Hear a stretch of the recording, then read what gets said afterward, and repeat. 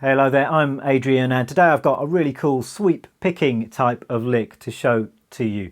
Now, you might have noticed, but I'm not really much of a shredder person. If I were a proper shredder, I probably wouldn't be using this type of guitar. I'd have a luminous green Ibanez or something like that, which actually secretly I'd quite like to have one of those. I think it would be pretty cool. But anyway, what I hope to show you today is that sweep picking isn't the exclusive domain of shredders. It's actually a really useful technique to have under your fingers, and it's a technique that can be applied to quite a wide range of different styles. I mean, you hear this kind of thing in jazz, in country, in blues, all kinds of different places. So let's get on to this lick. So let's take a closer look at this lick. Although it's quite a tricky lick to play at speed, I have designed it to be quite an approachable first sweep picking lick. I've tried to sort of remove some of the common difficulties that you get when you first try sweep picking. So we're in the key of E minor. All of the notes are taken from that key, but we're using kind of some arpeggio shapes here, which are kind of well suited to sweep picking. And we're going to start with this little E minor 7 shape. We got the 9th fret on the 3rd string, 8th fret on the 2nd string, 7th fret on the top string, and then I'm also playing the 10th fret on the top string. And this little 3-note shape is actually a really good one to sweep, because we've got those notes there on consecutive strings, and the left hand fingering is quite easy. So what we're going to do is we're going to play those 3 notes one after the other, but instead of picking each note separately, we're actually going to play them with one motion of the pick. We're almost going to let the pick just fall towards the floor and sweep through all of those strings at once. That's the kind of motion that you're going to need to get the feel of for sweep picking. So I'm just sort of letting the pick fall through the strings. What I'm not doing is attacking each note separately. It's all one motion with the pick. And the other important thing with sweep picking is to keep the separation between the notes. You don't want this. Just sounds like you're strumming a chord. You've got to keep the notes separate. So that's where you're just going to need to release pressure with each finger as you've played the note. Something like that. It's a technique which will take a bit of getting used to start with. So we're playing that E minor shape with one sweep of the pick. Then we're playing the 10th fret on the top string with an upward stroke of the pick. So we have this all together.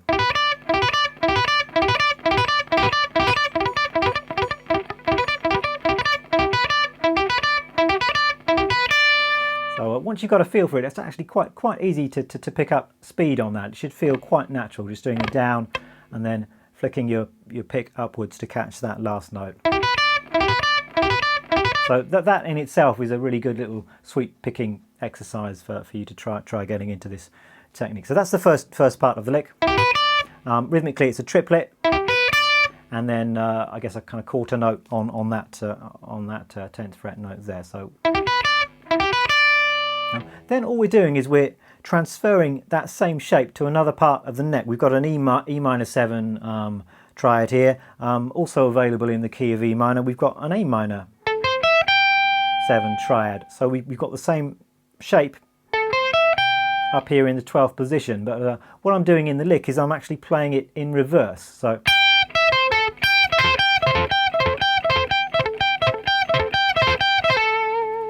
I'm starting with a downstroke at the 15th fret, and then I'm coming up through that A minor triad with an upward sweep of the pick. And most people find this a bit trickier than the downward sweep, I think. So you just want to concentrate on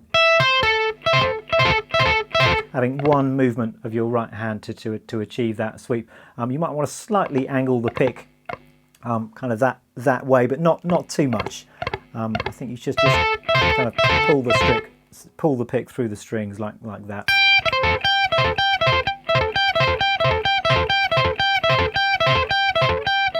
Again, try and keep all of the notes nice and separate when you're playing that technique. I find that a little bit of palm muting actually helps with the clarity of the notes, particularly when you're using a lot of distortion. So we've got that kind of reverse A minor 7 arpeggio. Then we're moving up 2 frets and doing the same thing. That's a B minor 7 arpeggio, which is also available to you in the key of E minor. Exactly the same thing, 2 frets higher.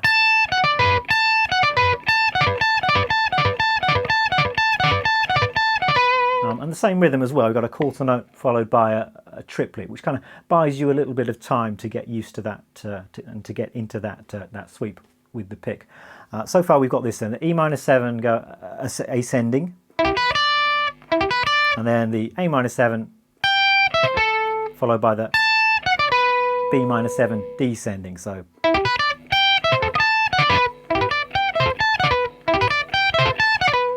after we've done that B minor 7 arpeggio, I'm immediately sliding my third finger down 2 frets to the 14th fret on the third stringer, so on the third string. I'm sliding down, I'm not picking that note. And then just to round the lick off, I'm doing this. Another little swept arpeggio, this time on the 3rd, 4th and 5th strings, and this time it's a G major arpeggio. So we've got the 12th fret on the 3rd and 4th strings, 14th fret on the 5th string.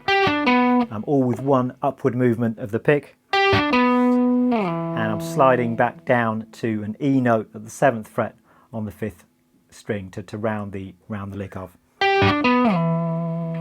So let me play the whole lick, put it all together for you slowly. We've got 2, 3, 4.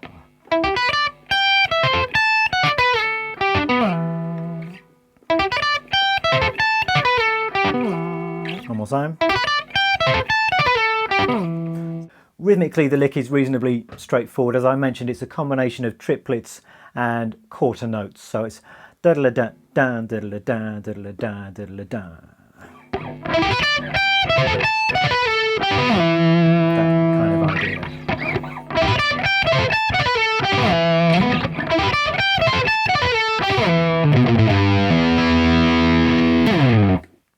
So that's the lick. It goes without saying that with this kind of thing you're going to need to start really slowly, play it perfectly, and then gradually build up speed, particularly if you've never attempted this kind of technique before. So good luck with it, happy sweeping, happy shredding, and if you enjoyed this lesson, do check out my website. There's lots more of this kind of thing on there. Well, actually not that much more sweep picking and shredding, but lots of other stuff that you might find interesting. So do check that out if you haven't already done so, and hope to see you for some more guitar lessons very soon. Bye bye.